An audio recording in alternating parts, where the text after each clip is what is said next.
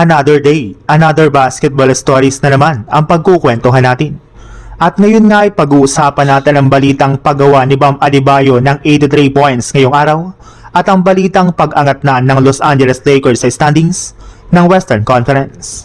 Nagawa nga po ng Miami Heat na matambakan ang Washington Wizards sa kanilang game kanina sa score na 150-129.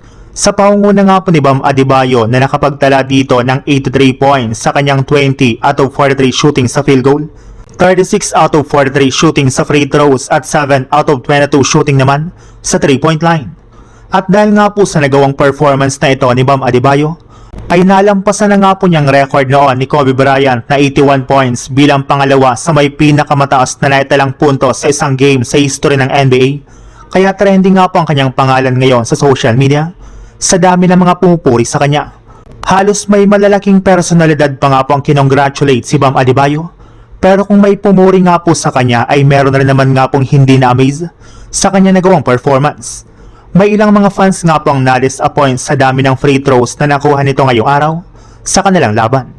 Sa ibang balita naman, nagawa na naman nga po ng Los Angeles Lakers na maipanalo ang kanilang game ngayong araw laban sa Minnesota Timberwolves matapos nila itong tambakan sa score na 120-106 sa pangunguna nga po nila Austin Reeves at Luka Doncic na parehong kumuha ng 31 points. Malaki rin naman nga pong naitulong dito ng iba nilang mga players na sina DeAndre Ayton na kumuha ng 14 points at si Luke Kennard na gumawa rin naman kahit papano ng 10 points dito. Pero ang pinakamagandang nagawa nga po ngayon ng Lakers ay ang paganda ng kanilang depensa, since hindi nga po kagaya ng mga nagdaan nilang laban ay mas nakasabay na nga po sila sa pisikalidad ng Minnesota Timberwolves, lalo na pagdating sa depensa. Hindi man lang nga po nila hinayaan si Anthony Edwards na maayos na makagalaw sa kanila naging laban.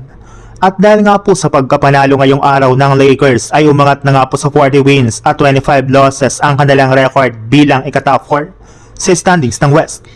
Sila na rin naman nga pong tinuturing ngayon na pinaka nakakatakot na team since kahit sino man ay kaya nga po nalang talunin.